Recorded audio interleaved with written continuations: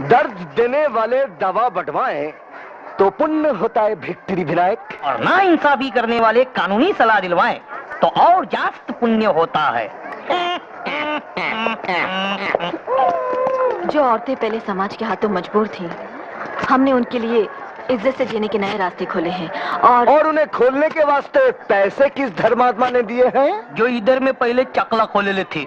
Inspector, आपको यहाँ कोई काम है? है ना, सलाम करना है कंगला टोला के नए दादा नई दादी को। देखिए इंस्पेक्टर, हम न यहाँ की कोई दादा है ना दादी, हम तो इन औरतों की सहेली हैं। हम न सिर्फ इन्हें दादाओं से बचाएंगी बल्कि दादाओं को सलाम करने वाले थानेदारों से भी। वाह वाह, उठ गई दुनिया से राहो रस्में यारी। हाय हाय। आपने कुछ कहा? जी हाँ, कह रहा था कि आप भी एक मोहरा बन गई हैं किसी की राजनीतिक शतरंज का।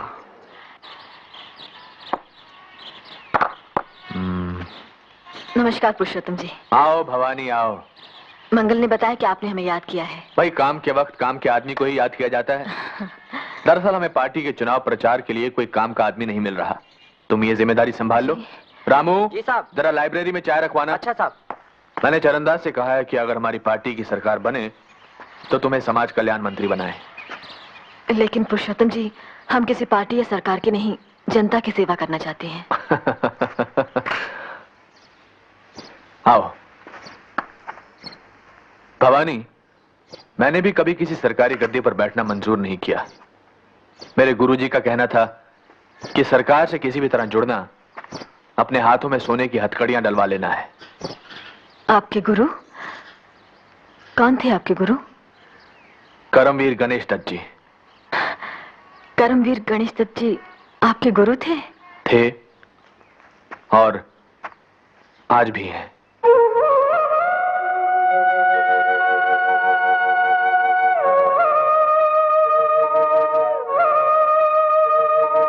देखो भवानी, मुझे मालूम है कि तुम्हें मेरे सहारे की जरूरत नहीं, लेकिन यकीन मानो भ्रष्टाचार से लड़ने के लिए मुझे तुम्हारे सहारे की सख्त जरूरत है। हम राजनीति से हमेशा दूर रहती आई हैं। हमारे पिताजी कहा करते थे कि इस देश को पार्टीबाज राजनीति की नहीं बल्कि गरीब नवाज नीति की जरूरत है। पुरुषोत्तम जी की इस मंच से अगर हम बोल रही हैं तो सिर्फ इसलिए कि ये मंच चुनाव लड़ने का नहीं, भ्रष्टाचार से लड़ने का मंच है। भाइयों और बहनों, भ्रष्टाचार को मिटाने के लिए, भारत को फिर से भारत बनाने के लिए पुरुषोत्तम जी के हाथ को मजबूत कीजिए।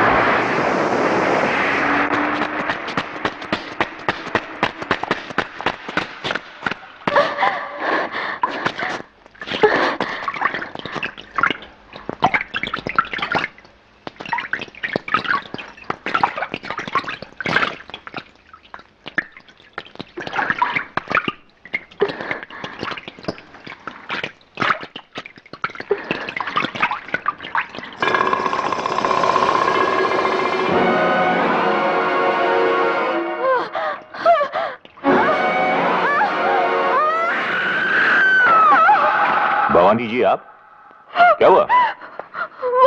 वो फतेह दादा ने income tax officer Keshav Kumar का खून कर दिया।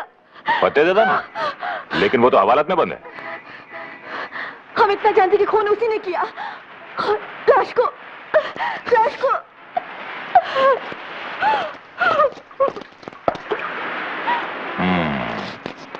बहुत खूब। हवालात में बंद आदमी ने खून कर दिया और लाश बेपर के उड़ गई। क्या?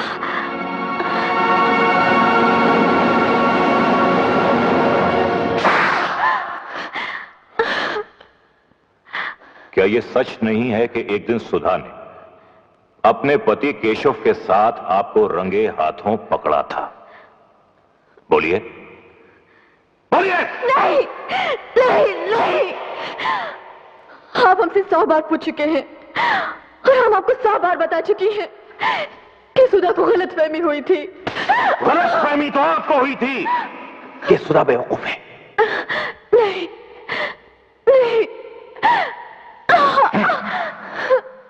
कातिलाना क्लाइमेक्स तक पहुंची आपके पगले प्रेम की दर्दनाक दास्तान। अब सुनाई डालिए। आपका बयान तो कुछ यूं होना चाहिए कि जब मैंने जवानी की दहलीज पर कदम रखा तो पिताजी केशव नाम के एक अनाथ लड़के को घर ले आए। राखी बंधवाकर वो मेरा भाई बन गया। लेकिन इस पवित्र रिश्ते की आड़ में मैंने उससे नाजायज ताल्लुकात कायम कर लिए। 4 महीने पहले मुझसे ऊब कर उसने किसी और से शादी कर ली। जब राखी के दिन वो मुझसे यह कहने आया कि अब वो मुझसे सिर्फ भाई की हैसियत से मिलेगा तो मुझसे बर्दाश्त नहीं हुआ और मैंने उसका खून कर दिया।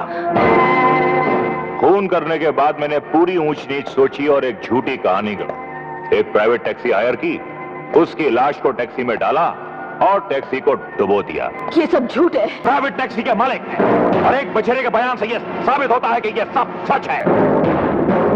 खोल दो इन्हें। सर आप? जोरावर, मुझे तुमसे उम्मीद नहीं थी कि मेरी पार्टी के खास वर्कर को तुम झूठे इल्जाम में टॉर्चर करोगे। सॉरी सर, गलती हो गई, माफ कर दीजिए। माफ तो तुम्हें भवानी करेगी। भवानी, मैं माफी चाहता हूं इस पुलिस ऑफिसर की ओर से, अपनी पार्टी की सरकार की ओर से और खुद अपनी ओर से। एक बहुत खतरनाक अपराधी फतेह दादा पुलिस की हिरासत से भाग निकला है और नई सरकार के ईमानदार अफसरों तथा नेताओं को उससे जान का खतरा है। यदि फतेह दादा कहीं भी किसी को दिखाई दे तो कृपया 100 पर फोन कर दें। सूचना समाप्त। ये क्या हो रहा है? एक नाटक, सनसनीखेज सा। क्या मतलब? पुलिस?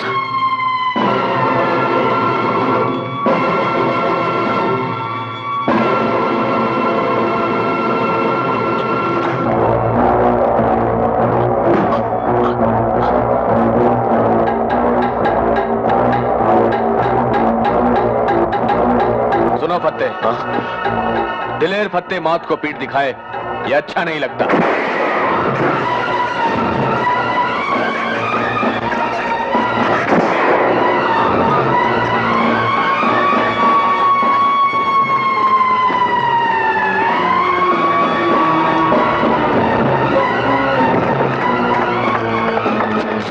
जोरावर सिंह, ईमानदार केशव का हत्यारा मुझे मारने